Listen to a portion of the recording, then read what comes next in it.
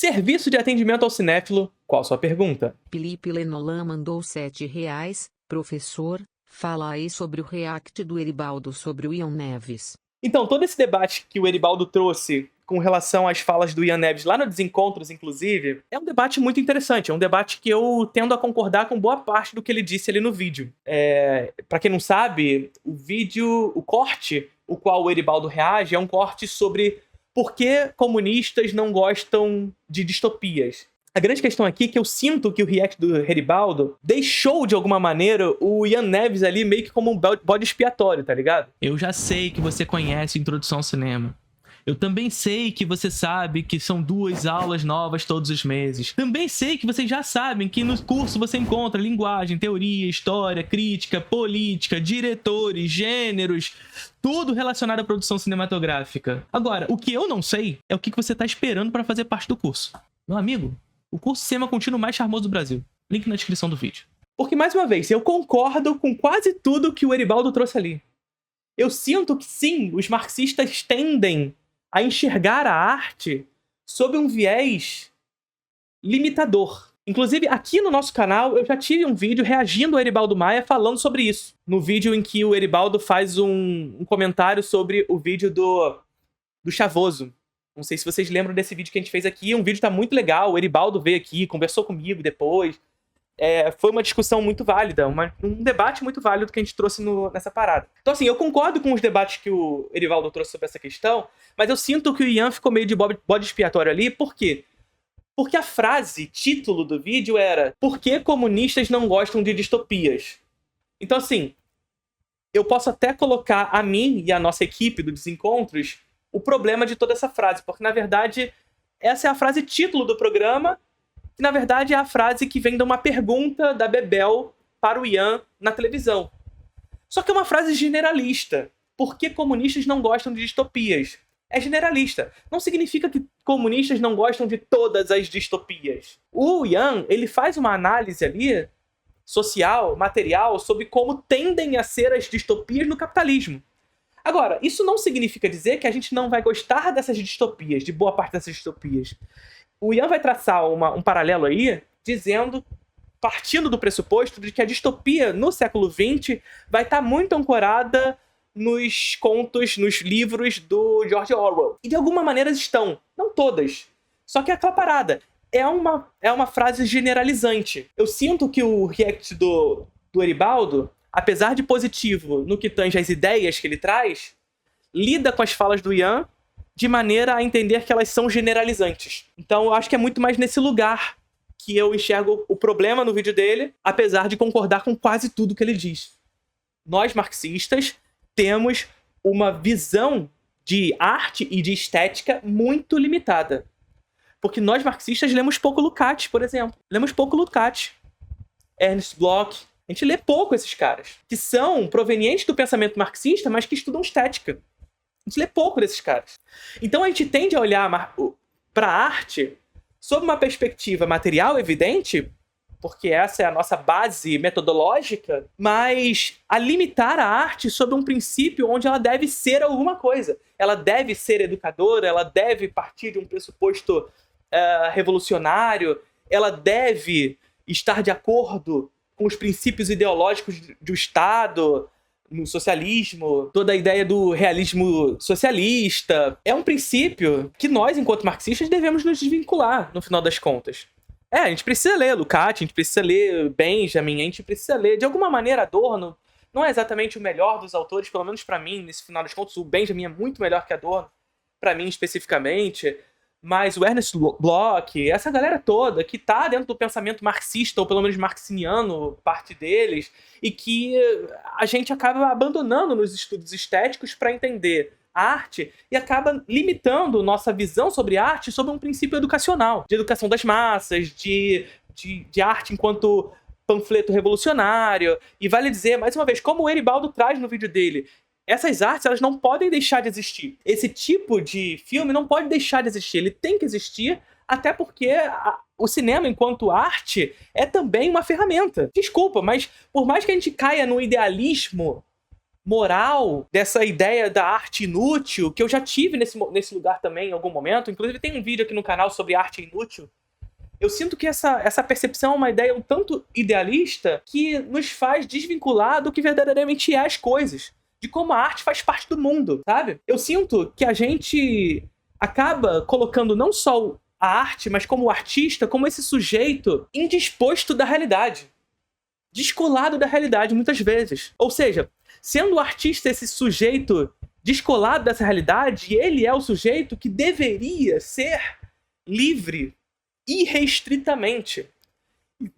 E sendo livre irrestritamente, ser um sujeito, portanto, distinto do outro, que não é artista.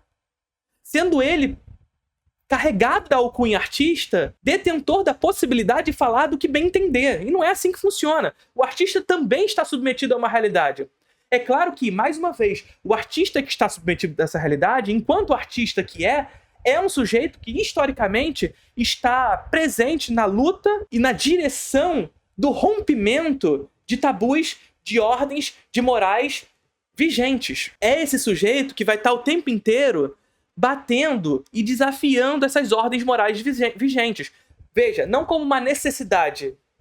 Ninguém tem a obrigação de fazer isso. Nenhum artista tem a obrigação de fazer nada. Mas, historicamente, o artista é esse sujeito que está ali corrompendo a ordem moral. Sempre. Sempre. Por outro lado, entretanto, todavia, a ideia de um artista livre irrestritamente também é inconcebível. Essa ideia do artista virtuoso, imanentemente virtuoso, é uma ideia que, inclusive, é fascista de alguma medida, tá ligado? E isso se apresentou no fascismo histórico. Veja, e eu não tô dizendo nem que o Eribaldo traz essas ideias também, pelo amor de Deus. Eu acho que eu concordo com quase tudo que o Eribaldo traz no vídeo dele. Eu não trouxe aqui um react pra vocês. Eu precisaria, até pra fazer mais profundamente todo o debate sobre o assunto, eu precisaria pegar ponto a ponto do que ele disse ali pra gente discutir aqui. Mas eu sinto que muitas vezes o Ian acabou ficando meio de bode expiatório ali na situação, porque ele tratou do assunto de maneira mais generalista, como a pergunta que ele chegou também lhe convém. Chegou a ele essa pergunta de maneira mais generalista e ele respondeu-a dessa forma. Mas conhecendo o Ian, eu sei que o Ian não é uma pessoa que enxerga a arte necessariamente sobre esse viés unidimensional, sobre um viés de motor único, em que ele precisa ser sempre educacional. Apesar de compreender que sim, é importante e necessário, inclusive, ler historicamente os momentos onde a arte socialista foi usada dessa maneira, entender por que foi usada dessa maneira, né? Por exemplo, muito se cita o realismo socialista como um momento histórico de pobreza estética dentro da arte socialista na história, e o que eu discordo profundamente.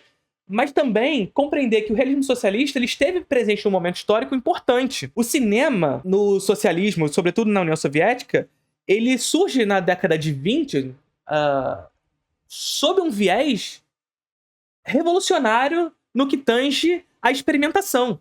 É um cinema muito experimental, muito mais vinculado ao construtivismo do que ao realismo socialista. Isso não significa que já não se produzia realismo socialista ali na década de 20. Se você vê um filme como As Mulheres de Ryazan, por exemplo, é um filme que se aproxima muito mais do realismo socialista do que do construtivismo russo. Se você vê um filme como Terra, do Alexander Dovzhenko, é um filme que tem as características do construtivismo russo, mas que assimila sob uma perspectiva já do realismo socialista. Um filme muito mais narrativo do que experimental, apesar de haver experimentação no filme. Veja o que eu estou dizendo. Na década de 20, se começa, na verdade, esse cinema soviético sob a égide dessa experimentação. Num momento histórico onde nem havia, na União Soviética, pelo menos ainda, uma estruturação mais aprofundada de um mercado exibidor de cinema. De espaços de exibição mais acentuados, como já acontecia em Hollywood, por exemplo. Até porque a Revolução tinha acabado de acontecer.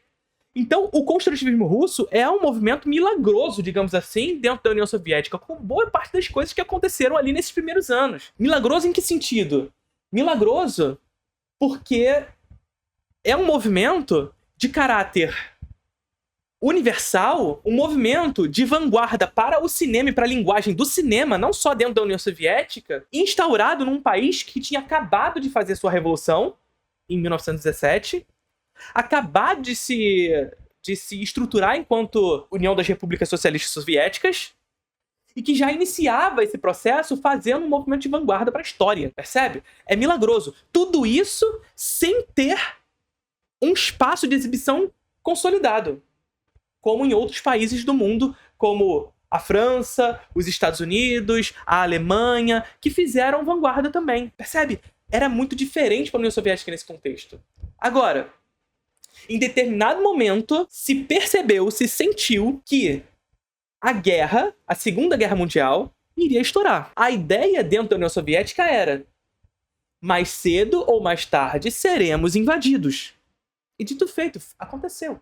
A Segunda Guerra estourou, a União Soviética foi o país mais devastado pela guerra, em número de mortos, em número de prédios públicos destruídos e etc. Dito feito, aconteceu. Então o projeto para o cinema, inclusive quanto à agitação e propaganda, foi uma mudança estrutural que saía da ideia do construtivismo como uma arte que priorizava a forma em detrimento ao conteúdo, não significa que não havia conteúdo, mas que priorizava a forma em detrimento ao conteúdo, para uma outro tipo de arte que priorizava o tema em detrimento ao conteúdo. O que não significa o tema em detrimento à forma, o que não significa que não havia forma. Por quê? Porque naquele contexto histórico material havia a necessidade de se fazer um cinema para as massas, de comunicação, de educação de massas. Percebe? Eu, enquanto marxista, olhando pelo distanciamento histórico, vou dizer assim: o que eu prefiro? Qual é o cinema soviético que eu prefiro? Eu prefiro o construtivismo russo em relação ao realismo socialista. Eu, Felipe, acho muito mais interessante artisticamente o construtivismo russo. Inclusive, considero muito mais artisticamente interessante o cinema soviético produzido na década de 60. Em um momento em que a União Soviética caminhava em direção a um reformismo. Eu acho muito mais interessante artisticamente o cinema soviético produzido na década de 60 do que o cinema soviético produzido no realismo socialista. Só que longe de dizer também que dentro do realismo socialista havia uma unicidade de ideias. Havia dentro do realismo socialista também uma disputa estética acentuada, percebe? Inclusive com Lukács nesse debate, por exemplo. Então assim, eu sinto que sim, assim como o Eribaldo, eu concordo com ele, nós marxistas precisamos olhar para a arte de outra maneira, que não apenas sobre esse viés utilitário que nós usamos para a arte, mas também precisamos conferir a historicidade desses processos. Entender que há motivo histórico para determinados acontecimentos. Entender que já na década de 20, enquanto hegemonicamente se produzia construtivismo, já havia realismo socialista.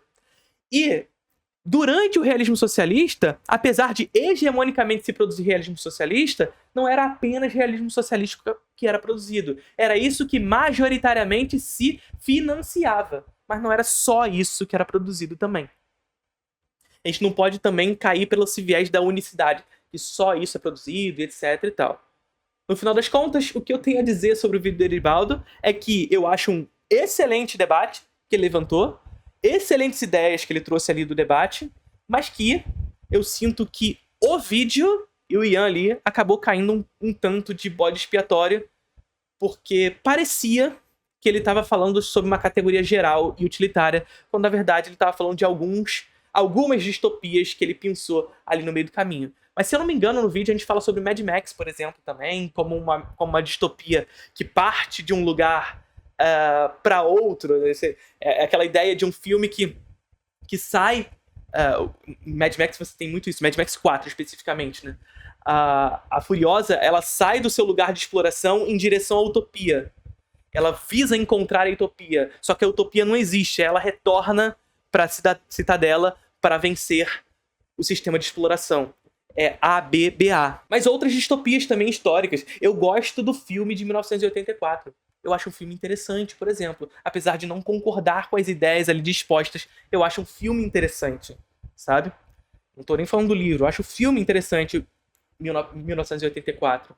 E outras muitas distopias que não necessariamente estão de acordo com o que acredito. Distopias essas muito vinculadas às ideias do realismo socialista. Essa ideia de desmobilização social, essa ideia de que de capitalismo tardio, né? Então, o capitalismo vai destruir o mundo, não tem mais o que fazer, e etc e tal. Essa desmobilização social pela pela superação do sistema vigente. É muito comum que a indústria faça isso, mas que produziu muitos bons filmes nesse caminho.